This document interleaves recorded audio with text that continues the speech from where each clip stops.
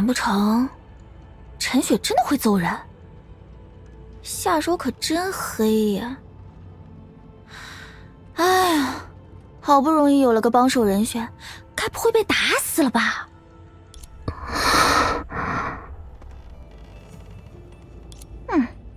幸好咱从小机灵，认错麻利，被铐起来算不得什么。要是挨着一顿打，都别说出去了，怕不是眼睛一闭腿一蹬，就见到师傅来接咱了。好了，奇怪，明明身体很虚弱，但比起之前头没那么痛了，意识好像也清醒了很多。我这是怎么了？你还活着啊！大吉大利，大吉大利！这里是什么地方？嘿，这里嘛，当然是咱廊丘的一绝——禁闭处啦！不过嘛，新来的，你也甭担心，能在这儿碰上咱，你算撞大运啦！松雀，哎，你认得咱？奇怪，咱怎么一点印象都没有了？你也不记得我了吗？这个，敢问咱是欠了您钱，还是不小心拿错了您东西，或者什么时候怠慢了您？您大人有大量，给咱点提示呗。是啊，在每次轮回的开始，松雀与我并不相识，他也不会保留以前轮回的记忆，但我还记得我们之间发生过的一切，所以我可以肯定，即使看起来很不着调，但他是绝对值得信任的人。可是他说这里是廊丘的禁闭处，为什么我会在这里和松雀初次相遇？这和过去完全不一样。不过这已经是我第2次被陈学姐逮捕了，难道变化在很早之前就已经发生了？那您不说话是什么意思？哎，这眼下可不是纠结细枝末节的时候啊！您瞧瞧，咱们都沦落到如此境地了，自然得相互照应吧。哎，这人啊，总得朝前看，犯不着为前尘往事斤斤计较。再多恩怨，咱今天就一笔勾销，您说是吧？别紧张，松雀，我只是听说过你的名字。啊，早说呀，咱就瞅你在廊丘脸生。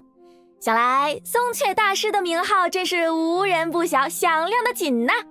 嘿嘿，请问怎么称呼啊？我的名字是寻梦者，在廊丘，我的确是个外乡人。外乡人也到这闹影灾的廊丘来？在咱这儿可不常见啊。松雀，你知道末日之矛吗？传闻它就位于那座高塔里。末日之猫是什么猫？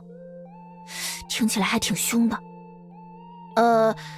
咱从小在廊丘长大，对这里无所不知，可从没听说过这种猫的传闻啊。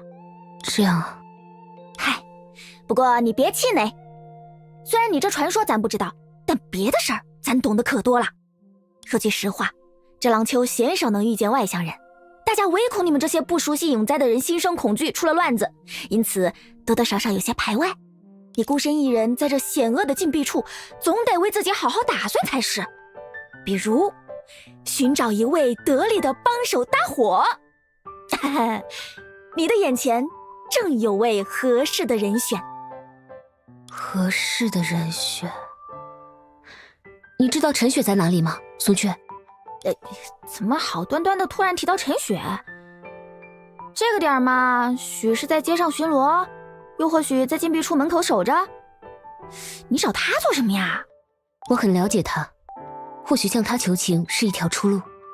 啊，魏夏该不会把你打傻了吧？你有这种想法，不就说明你根本不了解他吗？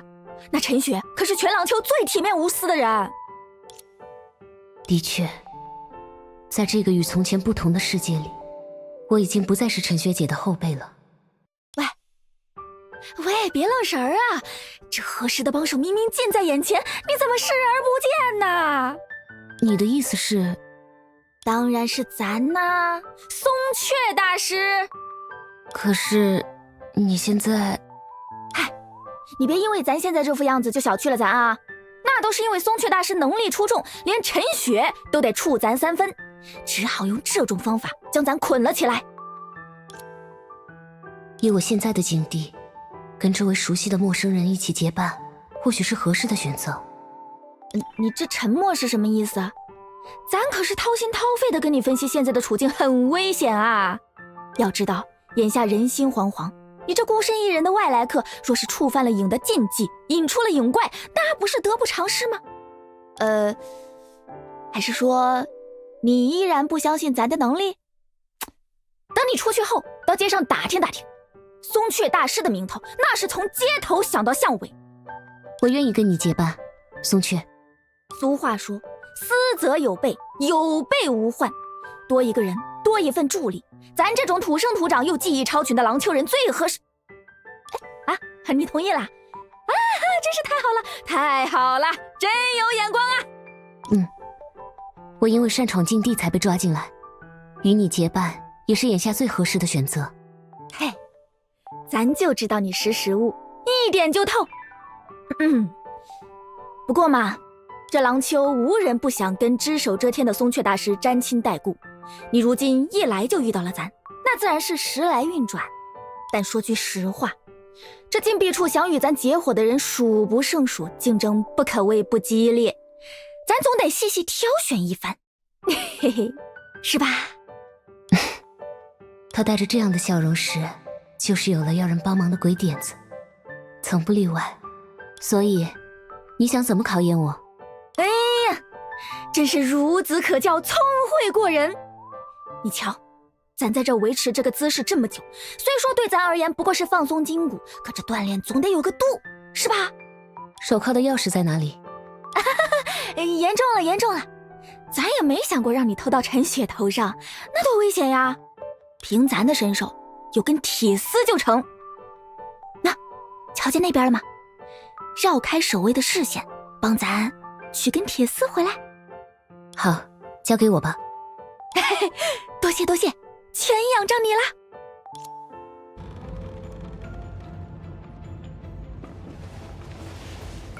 成功了，将铁丝拿给松雀吧。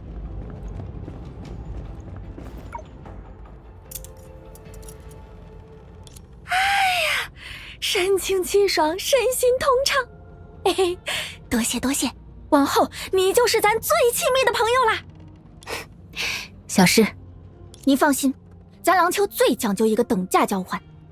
你帮咱解了燃眉之急，咱一定不会亏待你。小到卜卦看相望坟，大到驱除邪祟影怪，在松雀大师手中都是易如反掌。咱倒不是免费的意思，打个友情价绝对没问题。驱除影怪，松雀，你们七术在这里依然坚守着这份责任吗？七什么？对，七术？你知道七术？为什么这么惊讶？我记得七术是对抗影灾的7种方法，也是由7位在廊丘创下伟业的人组织而成的。没错，就是这个设定。哎呀，咱还以为小时候写的故事无人问津呢，早就忘了这码事儿。没想到你这个外乡人都能将其中的名词烂熟于心，娓娓道来。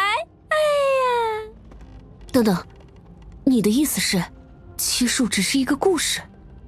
对呀，七术就是咱小时候在学校里给大家编的故事呀。这怎么会？是不是没想到能在这里遇见故事的原作者？在之前的所有经历中，我都会遇见七术，但是眼前的松雀却告诉我，七术只是一个故事。为什么？咱可是创造七术的作者本人啊！你这反应也太冷淡了点儿。怪了，咱记得在过去，那孩子见到来学校里讲座的作家，别提有多激动了。这次的经历和过去几乎完全不同了。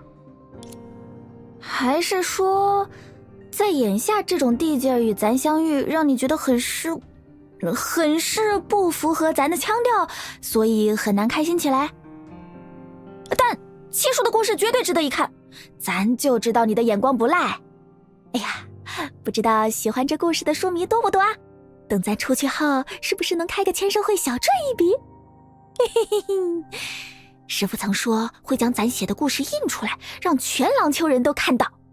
本以为他只是随口说说搪塞咱，没想到师父他果真替咱实现了梦想。你的师父是白吉吗？哎，你居然连这都知道，看来的确是咱的粉丝无疑了。哼哼，咱故事里的师父就是以他为原型创作的，不过咱下笔还是留了些情面，没办法，不然被他发现了可是要唠叨咱的。他老人家在现实中是个实打实的纨绔，来慈善学校教书纯属被族里打发来图个名声。师父平日里尽传授些市井上开门溜锁顺手牵羊的技法，也只有在学监在时才会讲点正经内容。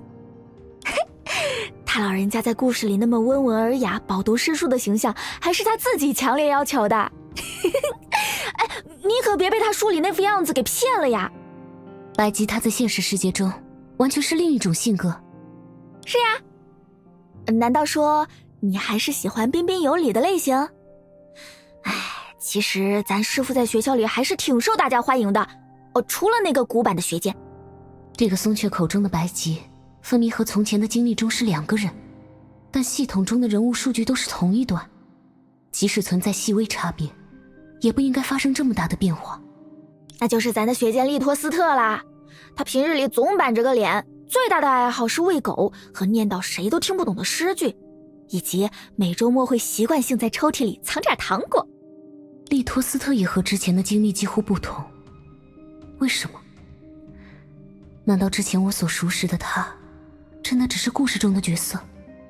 哎呀，咱那时候可不喜欢他了，所以故事一开始就让他为了大义殉身早早下线，作为他罚咱抄100遍多尼戈尔是最好的小狗的报复。嘿嘿，咱的情节设计还挺巧妙的，对吧？毕竟在现实里咱也只敢偷他糖果，悄悄捉弄他一下。不过后来咱才发现，那位大叔早就知道咱会去偷，所以经常准备小孩子最喜欢的奶糖，他那是故意留给咱呢。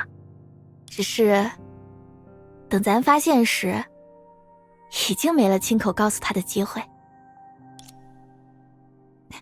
哎呀，扯远了。以咱身边人为原型的还有小色拉，他是咱在慈善学校难得的朋友，活泼开朗，还最喜欢看书，咱拜托他给小说提了不少建议呢。看来色拉的数据也和从前相反，如果之前的经历只是一个虚构故事，那么跟随我一起冒险的同伴希娜，是否希娜本就不该存在于这些数据里，所以没有人会记得她。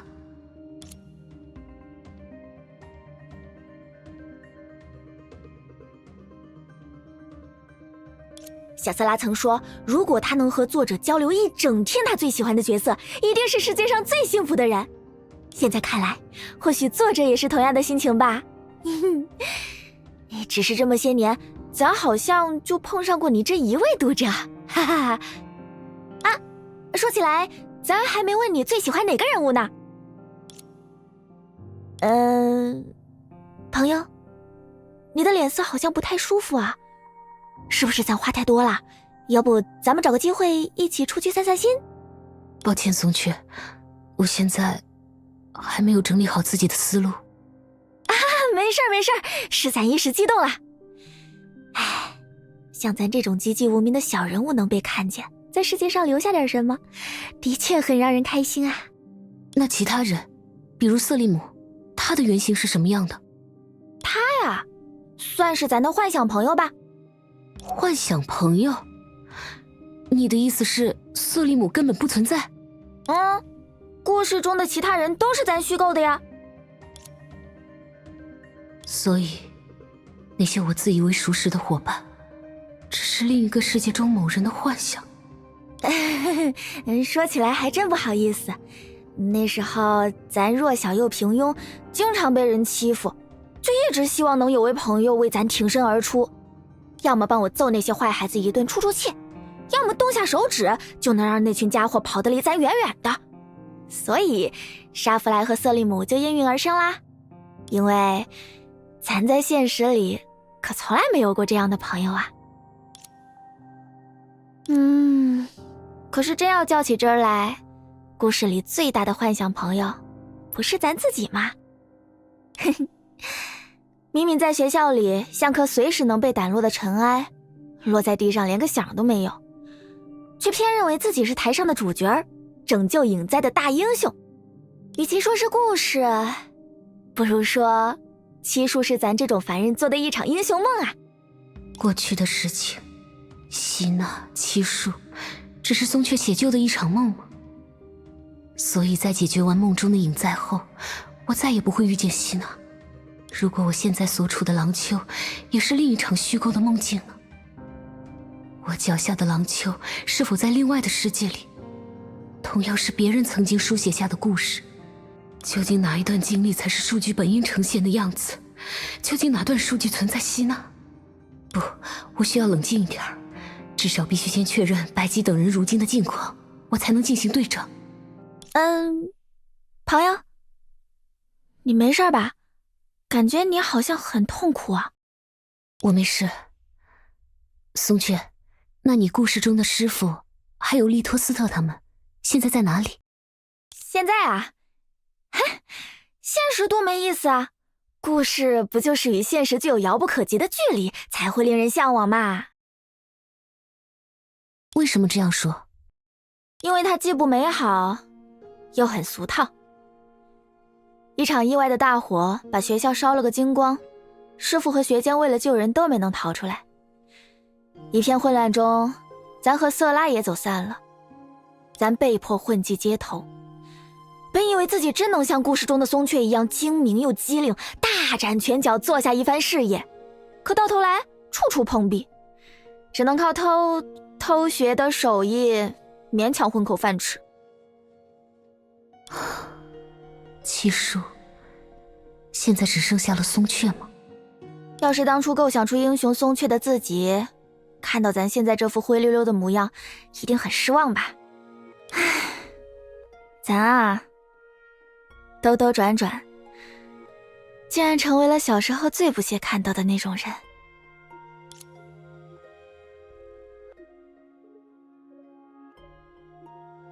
松雀，没什么，咱可在废墟前答应过师傅，要带着他们的那份快乐，开开心心的走下去。至少他教给咱的手艺，咱都没白费，不是？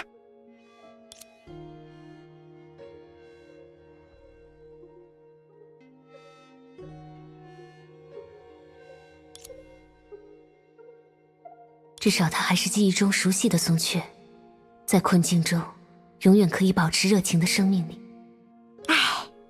难得遇见你这样的有缘人，本想回忆往事，畅谈咱的创作思路，没想到却勾起了自己的伤心事。抱歉，松雀。没事没事，这又不赖你。谁让咱的过去本就是一桩桩伤心事呢？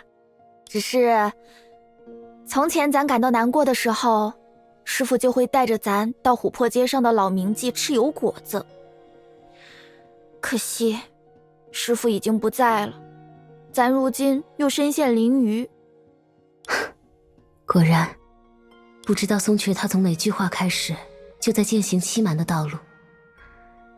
看来有必要出去调查一下其他树的近况是否真如他所说，这样我才能进一步比较，究竟哪段经历是系统中存在的真实。哎呀，那份油滋滋的甜蜜可真让人想念啊。咱瞅你脸色也不是很好，不如同咱一块尝尝老冥记的油果子，他家的点心真是一绝，咬下一口什么烦恼都忘了。你初来乍到又帮了咱许多，这一顿咱请客。哎，就是不知道咱俩要被关到什么时候才能品尝到啊。